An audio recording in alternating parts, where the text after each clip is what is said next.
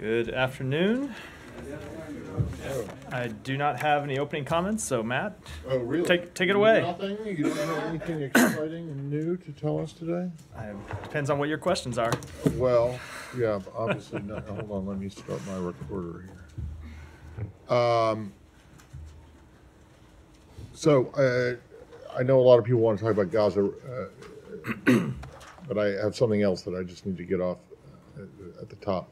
The Russia sanctions package that the White House President Kirby, everyone has said is coming on Friday. What can you tell us about what that is? Is it related to the 2-year anniversary? Is it related to Navalny's death? What is it? What is it? So I don't want to speak in detail about announcements that will be coming 2 days from now, but excuse me, I've got a bit of a lingering cough from this cold I've had. The sanctions that we'll be announcing on Friday will be in connection both to the 2-year anniversary of the full-scale invasion of Ukraine and to Navalny's death.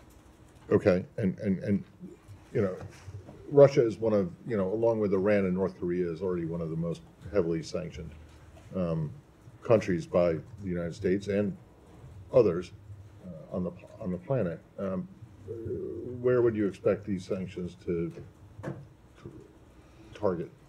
I don't want to preview too much of what we're going to do on Friday, but it will be a robust sanctions package. We are always looking at additional ways that we can choke off the Russian war machine, that we can deny the Russian military-industrial complex components that it needs to use to fund its war effort, as well as to hold accountable those involved in it. So without getting into too much detail, like as I said 2 days before the announcement, you should expect them to follow the general direction of our past sanctions, as well as some sanctions specifically related to the death of Alexei Navalny. Right, but when you say that it's going to be robust, I go back to a line from Spinal Tap, right? How much more robust can they be? Yeah, aren't they already pretty robust? Did you guys exact, super big sanctions on Russia after the Ukraine invasion? They are incredibly robust, and they've had an impact on Russia's economy and so Russia's military-industrial complex. How much more robust can they be? Well, you will see on Friday, but I can guarantee you it is, as I said, a strong, robust package. Partly because we are always, look, it's a dynamic situation, right? Russia watches the sanctions, sees the sanctions, and tries to respond to the sanctions that we impose. And so we watch the actions that they take, and we look to impose new sanctions, either on individuals or new areas that they explore, and also to focus on sanctions evasion when we see them or entities that deal with Russia trying to evade the sanctions that we previously put into place. We have ways to tighten those sanctions. Okay, last one. Does that suggest then that a bunch of the stuff in this package might be secondary sanctions? I don't want to make any comments about what they'll look like. Again, 2 days before we roll them out. So I'll come to you. Oh, okay, go ahead. She graciously yielded the floor. Yeah, apparently there's a new intelligence assessment from Western governments suggesting that Putin thinks he eventually can win the war in Ukraine for 3 reasons. 1, the possible return of Donald Trump to the White House. 2, increased conscription. And 3, a rejuvenated military manufacturing sector. Does State believe on the record that Putin does believe that these factors can help him win the war? Does this increase the need to provide funding for Ukraine if, in fact, there's a belief that Putin may now have some leverage in this situation? So I never want to discuss intelligence matters from here, real or imagined, but I think it should be obvious to everyone that Vladimir Putin is watching what happens in Washington closely. You have to assume that he is watching what happens in Congress. I think he has always assumed from the beginning of this conflict that he can wait out the West, that the West's attention would flag, that the West's interests would flag, that the West would be unwilling to maintain sanctions. And so far, the West has proved him wrong. And I don't just mean the United States, but Europe as well, which took dramatic action early on to wean itself from Russian energy, something I think Putin never thought would happen. Mm-hmm. But I have to think that the entire world, including those in Moscow, are watching whether the United States Congress is willing to step up and continue to fund Ukraine to help it defend itself from Russia's aggression. We have been very clear in the Biden administration what we think ought to happen. We have been very clear what is in the United States national security interest, and we will continue to make that case. And we hope that Congress will respond because, as I said, the entire world is watching. Does the U.S., though, actually believe that Putin now has the advantage? No, we do not believe that at all. If you look at the shape of this conflict over the past not just 2 years, but even the most recent history, yes, you have seen Russia make gains on the battlefield. We saw gains just over this last weekend because Ukraine was not able to properly resupply its troops, in large part because Congress has not taken the action that we think it should to continue to support Ukraine as it fights to defend its territory.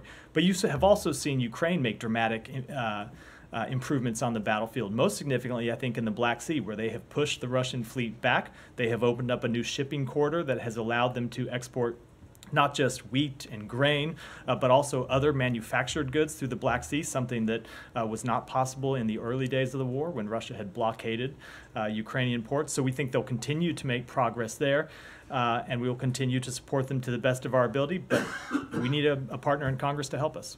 Can I follow up the Go ahead. And thank you. Humera is just adding to the list of questions she gets to ask. Go ahead. Sorry. There are reports that the North Korean missiles that Russia recently used, recently used against Ukraine contained the U.S. and the European components. How many times has Russia used North Korean missiles against Ukraine? So I'm not going to speak to that in detail. We will continue to use all of our relevant tools, export control, sanctions, interdiction, and law enforcement actions to prevent the DPRK from acquiring sensitive items and technology that it can use in its unlawful weapons of mass destruction and ballistic missile programs. And that includes preventing Russia from acquiring weapons and other sensitive items, including components from North Korea or from anywhere else. One more quick question. North Korean Kim Jong-un and Putin's relative with the luxury cars. Russian President Putin gave Kim Jong-un a luxury car as a gift. Is this a violation of UN sanctions? So I did see that report. I actually, frankly, didn't know there was such a thing as a Russian luxury car. I hope Kim got the extended warranty. I would note that the I just look when it comes even if he didn't, I bet he can still expect the spam cell phone call from the warranty department. I bet that's right. I'm not sure if I were buying a luxury car, Russia would be the place I would look, even if it wasn't with respect to sanctions. But UN Security Council resolutions do require all UN member states to prohibit both the supply of transportation vehicles and the supply of luxury automobiles to the DPRK. And if this is true, it would appear to be, once again, Russia violating UN Security Council resolutions that it itself supported. Humera. Thank you. Thank you, Matt. I just want to ask you a couple of comments that Benny Gantz just made about an hour ago.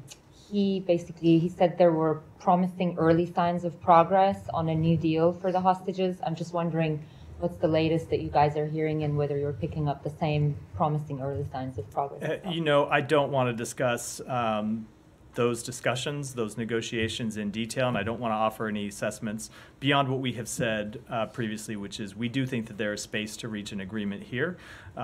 We are going to continue to stay engaged in this matter with everything that we can bring to bear on behalf of the United States to work with Israel, to work with Egypt, to work with Qatar, because we want to see the hostages released. We want to see a pause in the fighting, so that's what we'll continue to pursue.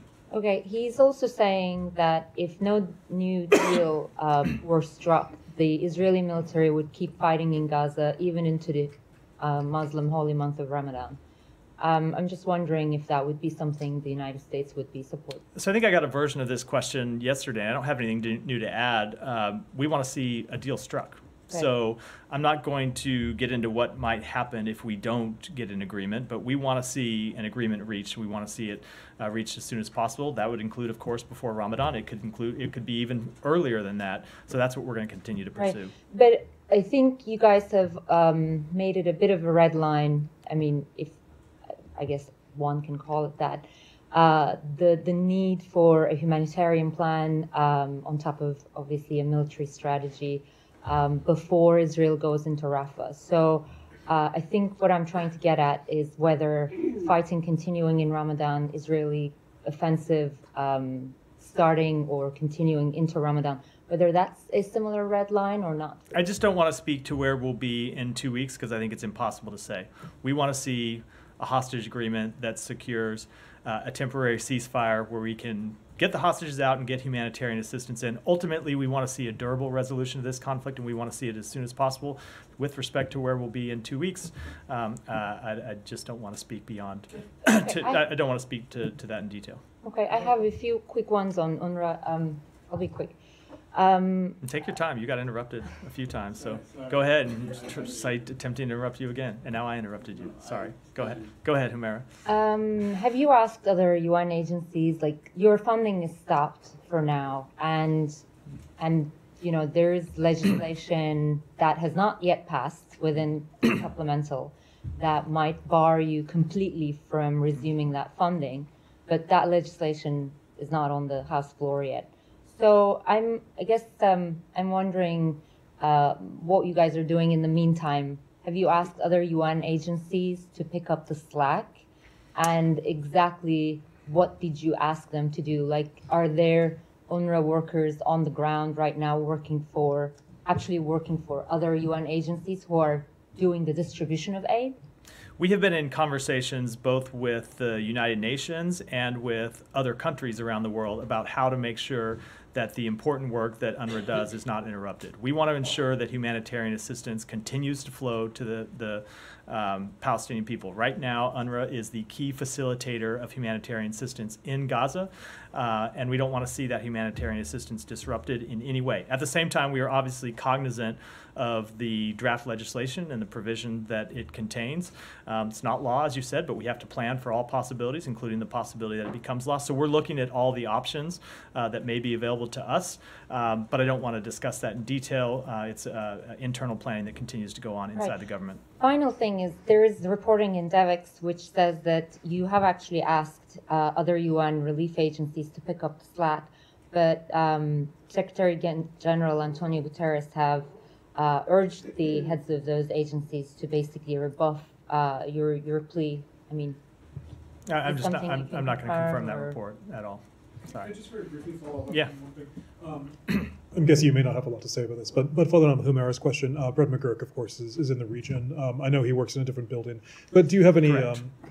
But do you have anything you could say more generally about what he's about the tone of what he's doing? No, I will leave it to the White House to speak in detail to Brett's work and what he's trying to accomplish on the trip. But I think, look, you have seen from the administration broadly what our goals are with respect to the conflict right now. Our immediate goal is to try to achieve a deal that brings about a ceasefire in the fighting, a temporary ceasefire in the fighting, allows us to get hostages out and allows us to get humanitarian assistance in, and kind of would help with some of the bottlenecks that have begun to pop up inside Gaza that are preventing humanitarian assistance actually getting out to the people that need it, because there's fighting on the ground and looting and other obstacles. So we are trying to achieve all those things, and that, of course, is Brett McGurk, it's the Secretary, it's the President himself that are focused on that issue.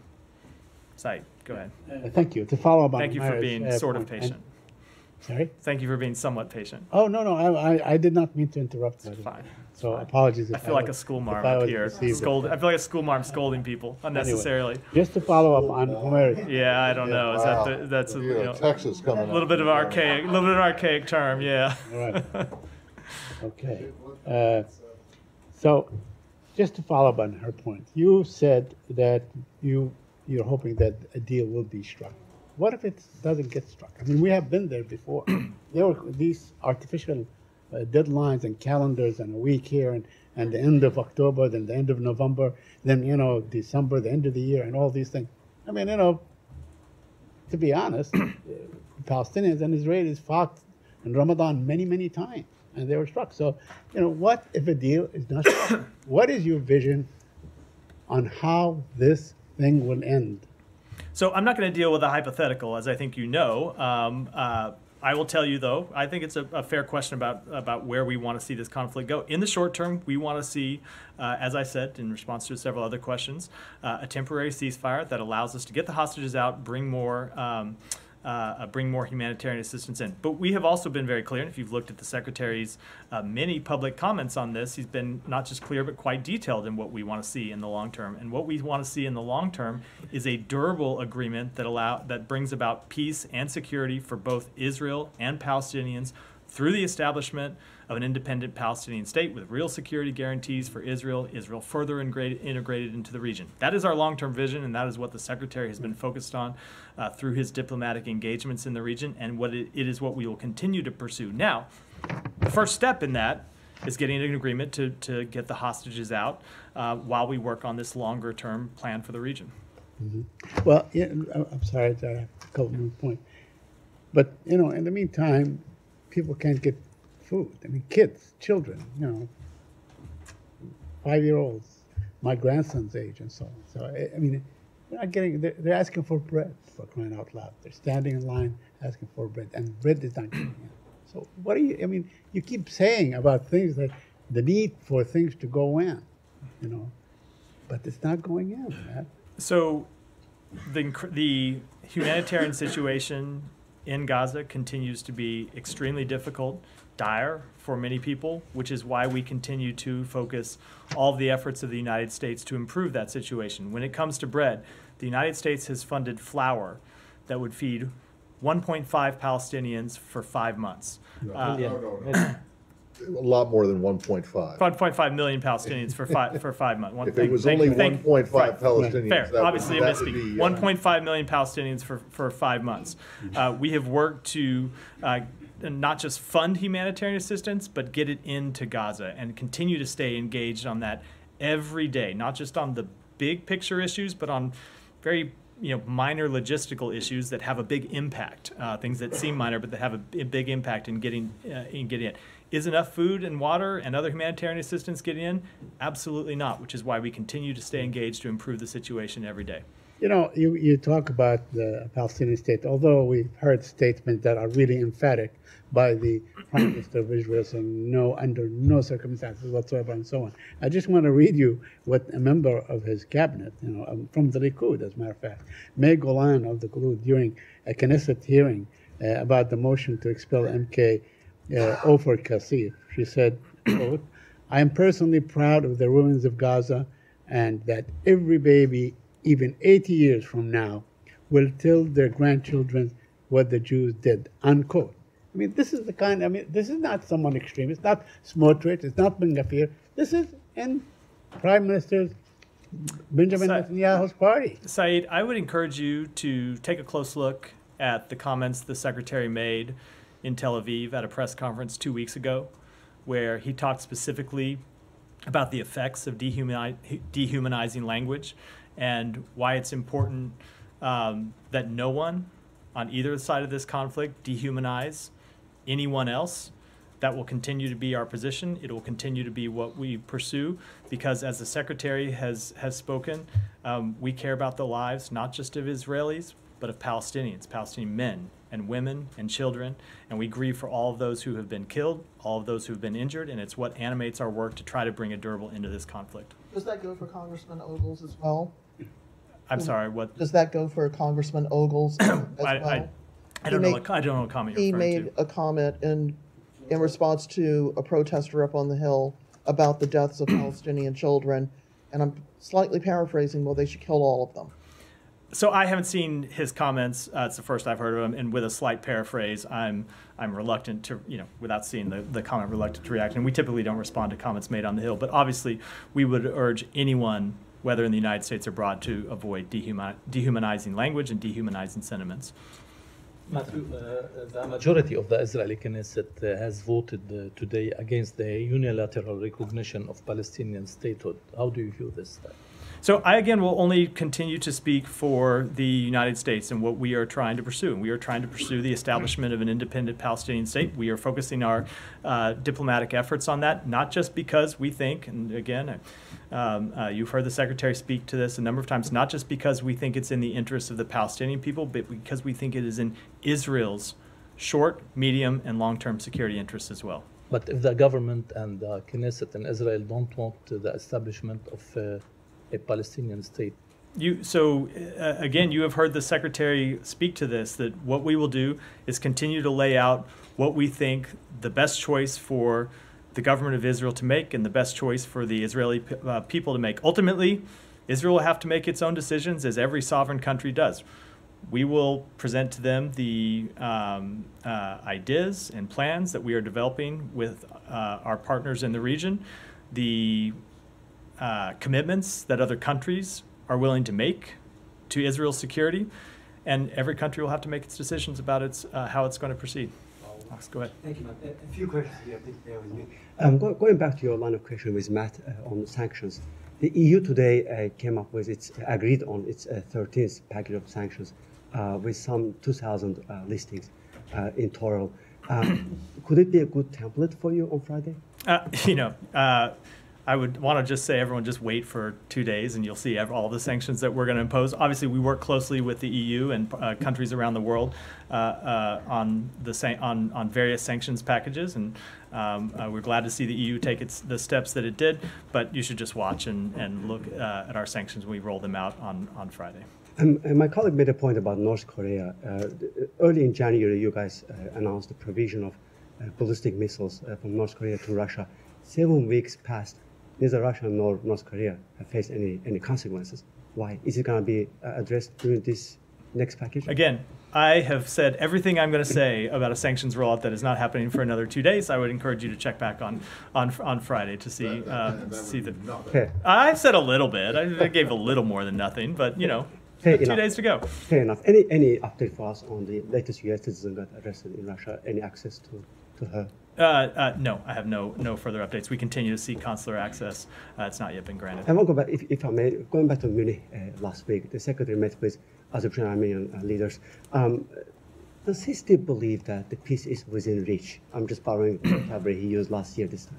He still does believe that peace is within reach, and he discussed that with the leader of directly with the leaders of both of those countries, and encouraged them to work together to bridge what ultimately are just a remaining few issues, and we will continue to encourage those countries to reach a peace agreement. I know that the two leaders met bilaterally in Munich, and so we will continue to offer the assistance and the support of the United States in reaching an agreement. He also reminded my last time, I promise. He also reminded Aliyev of his obligations on human rights, according to your readout.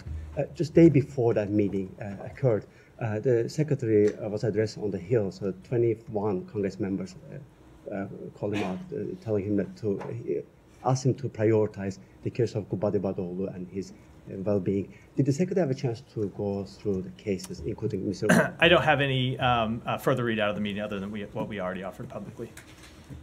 Thanks, Matt. Two questions on Iran. The country's National Virtual Space Center has banned the use of VPNs, and it has been also endorsed by the Supreme Leader. I was wondering if the Iranian people should be worried about having access to information to the outside world, or as in the past during the demonstrations, the U.S. is going to step in. So this decision is just the latest reminder of how much the Iranian regime fears its people and what they are capable of when they are given unfettered access to the internet and unfettered access to information. The internet disruptions that the Iranian regime has put in place in the past have cost the economy billions of dollars, cost pain to businesses, as well as, of course, choking off information that people need to make decisions about their lives and decisions about their futures. Support for internet freedom in Iran will continue to be a central pillar of our efforts to support human rights in the country. As you said, in the past, in the height of the protests in 2022 and 2023, as many as 1 in 3 Iranians used U.S.-supported anti-censorship and digital security tools, such as VPNs. There are millions of Iranians that have continued to use those tools to this day. So I'm not going to speak to what actions that we will take in the future, but as I said, upholding internet freedom and ensuring Iranians, citizens' access to the internet will continue to be a central pillar of our engagement in that country. Thank you. Also, Abram Paley, Special Envoy for Iran, is or was in Vienna. He met with IAEA Director General Rafael Grossi. I was wondering if you could tell us anything about the nature of this visit, given that Grossi has spoken out a lot recently about his concerns about Iran's nuclear program. Sure. So Deputy Special Envoy Paley was in Vienna to meet with Director Grossi. He reiterated the United States' appreciation for the IAEA's extensive efforts to engage Iran on longstanding questions related to Iran's safeguards obligations. Iran's cooperation remains severely lacking. We remain seriously concerned about Iran's continued expansion of its nuclear program in ways that have no credible civilian purpose, including its continued production of highly enriched uranium, and that was the focus of the discussions today. Any discussions, any solution to gaining access to Iran's nuclear program by the IAEA? I don't want to give any further comments about that meeting, other than to say that they did discuss how Iran should fully uphold its safeguards obligations and provide full cooperation to the IAEA without further delay. Thank you. Yeah, go ahead. Can I ask a few different issues around the world? Yeah. Senegal. I know the secretary spoke not so long ago with President Sall about the election. There was a court decision calling for a new date, but it hasn't been set yet. Do you have any update on U.S. engagement there and the U.S. stance about what's happening now? So we continue to stay engaged with the government in Senegal. I don't have any specific engagements to read out, but we have stayed in close coordination with them, and I'll just say that we want to see the election take place as soon as practicable. Sure. Elsewhere in Africa, there's an agreement signed today between Somalia and Turkey on a naval upgrade or a coastal upgrade. It's obviously bilateral, but this is in the context of Ethiopia and Somaliland having a pact. Does the U.S. have any stance on Turkey's involvement here? Let me take that one back and get you an answer on it. And one other thing, Pakistan. Yeah. I know you've been saying in recent weeks that it's you're not going to comment until a government is formed, but there's a coalition that actually is being formed between two of the major factions without Imran Khan's enforcement. Is there an idea that this is a representative government? How does the U.S. feel about this? Look, again, I don't want to comment on the government before it's formed. Ultimately, as is the case whenever you see coalition politics taking place inside any given country, it's a decision for that country itself, not something that we would weigh in on. Sure. And in terms of, in the past, you've talked about allegations of fraud, of rigging. Is there any follow-up on that? Is the U.S. looking for anything in particular before a government comes down? We want to see a full investigation into any claims of irregularities. Okay. And just finally, yesterday I asked about the disruptions in social media in Pakistan. Is there anything further on that, whether there's been any communication? So we are concerned by any report of restrictions on the exercise of the freedom of expression and association in Pakistan, including the partial or complete government-imposed internet shutdowns, which includes, of course, on social media platforms. We continue to call on Pakistan to respect freedom of expression and restore access to any social media that has been restricted, including Twitter, I think now known as X. We have and will continue to emphasize the importance of respecting these fundamental freedoms during our engagements with Pakistani officials. Sure. And just finally, has that been communicated through official channels? It has been, yeah. Go ahead, right here. The Foreign Policy magazine, in a recent report titled "The Taliban Wants a Piece of Pakistan," reveals that Taliban engaging to border tension with Pakistan through the supporting TTP, while the Taliban publicly refused the. Well, I'm sorry. What was that? What was this? I just didn't hear the beginning of the last sentence. Oh, sorry. It's about a foreign policy report that they titled "The Taliban Wants a Piece of Pakistan." Right. And while the Taliban publicly refused the Durand Line as the official border between Pakistan and Afghanistan, what's the position of United States about the Durand Line? We support the territorial integrity of both Afghanistan and Pakistan within their internationally recognized borders. Another question about Afghan Adjustment Act that was not passed by the Congress recently. While there are some reports that United States Department of State is going to run out of the SIV P1 and P2 quotas. Do you confirm this report, and what are you doing about the SIV and Afghan Adjustment Act? So as the President has said, we urge Congress to pass the Afghan Adjustment Act. We support it and want to see it passed. When it comes to special immigrant visas, I would just note that in the last fiscal year, 2023, the government issued more than 18,000 special immigrant visas to Afghan applicants outside the U.S. That was the most in any single year. So go ahead. On Pakistan, thank you. Pakistan Ambassador Masood Khan here in DC yesterday said that Pakistan is pleading with the Congress, with the U.S. Congress, to help restore the U.S. military aid that was suspended in 2018 by the Trump administration. Is the U.S. considering restoring the program, given that Pakistan is a major NATO ally in the region? I just don't have any comment on that. Go ahead. Thank you, Matt. Question on the Kurdistan region parliamentary election, which was expected to be held in October 2022, but due to the political disputes, they delayed. And last year, the Iraqi top court ruled against the self-extension of that parliament, which the region has no parliament now. And today, the Iraqi top court ruled against the Kurdistan regional parliament minority seats. Any reaction and comment on that? And have you ever engaged with Erbil and Baghdad on that issue? So we have seen the reports that the court issued rulings today related to the Iraqi Kurdistan parliament elections and other issues concerning relations between the Kurdistan regional government and the Iraqi federal government. We are still reviewing the full scope of the decision. As a matter of longstanding U.S. policy, we support holding parliamentary elections in the Iraqi Kurdistan region at the earliest opportunity. And as we do everywhere, we encourage those elections to be free, fair, and transparent. And one more question on Iraq. We know the situation in Iraq has been cooled down, and the militia group is not attacking you as they did before. And today the U.S. ambassador met with the Iraqi prime minister, and they discussed the upcoming visit of the Iraqi prime minister. They discussed what? The upcoming visit of the Iraqi prime minister to Washington. So my question is that, are you done with the response to those groups who were responsible for killing 3 U.S. service members and injuring 40 others? I am not going to preview or rule out any potential steps from this podium. So, and what's your general assessment about the current situation? Do you think that these groups are taking their words when they say that we are not going to attack the U.S. forces? I don't want to offer any assessment or speak for any of these groups. I will say on behalf of the United States, we have made very clear, not just with our words, but with our actions, that we are prepared to defend U.S. forces and U.S. interests in Iraq and in the region, and we are prepared to hold accountable anyone who attacks U.S. forces, and I think I'll leave it at that. Go ahead. Thanks, Barbara Miller, ABC Australia. The Australian Parliament recently passed a motion calling for the Assange matter to be brought to a close and for him to be allowed to return home. What's your response to that motion?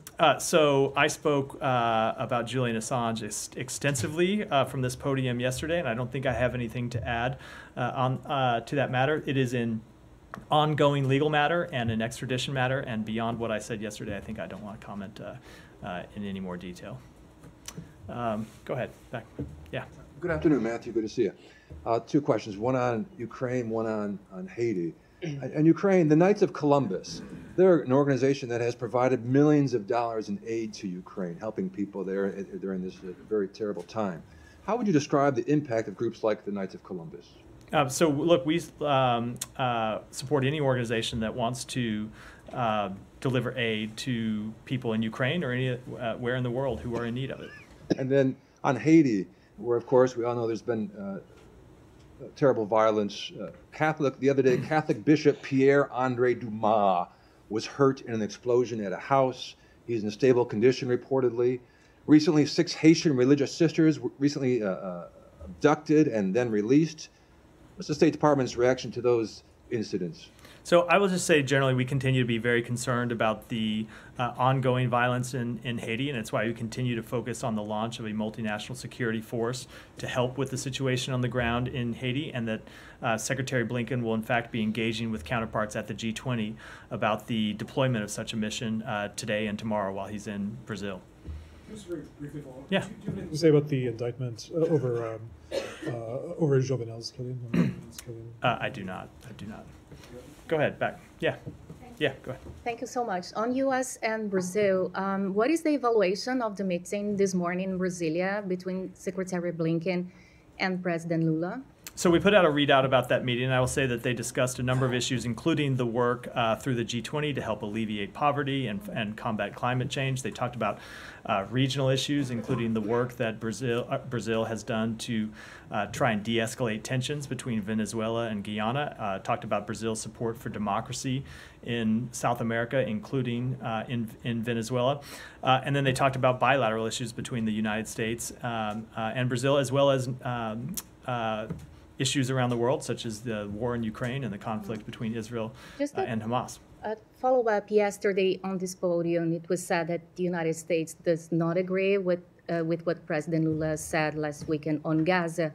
But from your perspective, are those comments a matter of public retraction, as the Israeli foreign minister suggested? And how the United States analyze those comments in a moment that there is an effort to de-escalate tensions in the region? So they are comments with which we disagree. As I made clear today, the Secretary had a chance to discuss the comments with President Lula today in his meeting in the context of an overall discussion about the conflict in Gaza, and made clear, as I did yesterday, made clear that those are comments with which we disagree. In the G20, is it possible to highlight the priorities from the U.S., the summit ministers of summits? Well, as I said, and you will see comments from the Secretary, and he's going to have a press conference tomorrow before he leaves the G20. So I don't want to get ahead of too far of his comments, but we will be focused on fighting poverty, addressing climate changes, and other issues that President Lula has put on the agenda for this meeting of the G20. Go ahead. Thanks, Matthew. A few questions. When will the draft U.S. resolution calling for a temporary ceasefire be put forth before and voted on by the Security Council? I don't want to put a timetable on it. It's something that we continue to discuss with partners on the Council. And the administration supports Israel's goal to annihilate Hamas, yet the support does not seem unconditional, as the administration opposes any further Israeli military operation in Rafah. How do you square the two? If Israel's goal of annihilating Hamas requires going into Rafah, why would that not be supported by the U.S.? We support Israel's goal to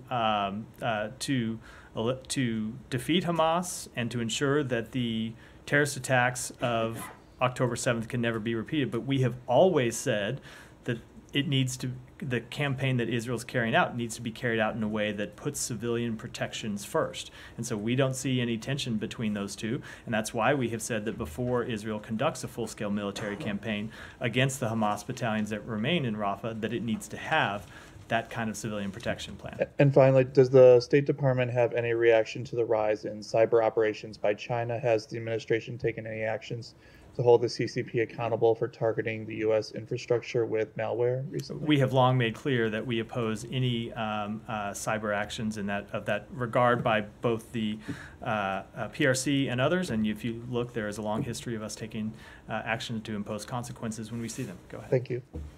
Yeah, go ahead, Shannon. Thank you. Then I think we'll wrap there. As Russia's treatment of dual citizens has become a more visible problem, has the State Department taken any steps to push Russia to change its policy and allow regular consular access to American dual citizens beyond just asking for access to those already in detention? Oh, we have pressed it at a number of levels. Both you've seen the Secretary raise this in direct conversations in the past. We don't have a lot of regular engagements with the Russian government now, but our embassy continues to raise it on a regular basis. The unfortunate truth, though, is that Russia continues to detain its own citizens and continues to detain American citizens, and it's why we have tried to make clear, just as plainly as we possibly can, that no American citizen should consider traveling to Russia for any reason. Period, because they are at risk of detention, imprisonment by the Russian regime. So we will continue to work to try to get consular access to Americans that have been detained. We will continue to try to work to free those American citizens who we have determined to be wrongfully detained, and we will continue to call on humane treatment for everyone. But I think people need to remember the kind of brutal regime that we're dealing with that's willing to inflict brutality on its own citizens and willing to inflict brutality on citizens of other countries. And if you were considering travel to Russia for any reason, do not do it. I don't think we can say that any more clearly. On the State Department Yeah, side, quick go. follow. Shouldn't even consider traveling to it? They shouldn't think about it? You think about it and make a very quick decision not to do it. But in that travel advisory, the State Department's language says that Russia may refuse to acknowledge dual nationals' U.S. citizenship. Are you aware of any case where Russia actually has acknowledged U.S. citizenship? I'd have to look back through history. I'm not aware of any recent case where they have, no. Thank you. And so. I just have one more, and this goes back to something that was raised yesterday about the UN expert panel of experts on the alleged sexual assault of Palestinians. You said that you were looking for independent confirmation or an investigation to that. Has that gone anywhere? We have reached out to the United Nations, a specific United Nations agency, for more information about this report, and we have reached out to the government of Israel to encourage that it be investigated. My understanding, reading Israel's public comments, they have said they have not been presented with specific factual cases that they can investigate. I know that they've also rejected, but they've said they haven't seen any specific factual evidence. So we're asking the UN for more information, and we're urging Israel to fully investigate. Okay, so in other words, it's still up in the air. Correct. From your point of view. Yeah. Okay. Yeah. Okay. Thanks. That's it for today. Thanks, everyone. Thank you.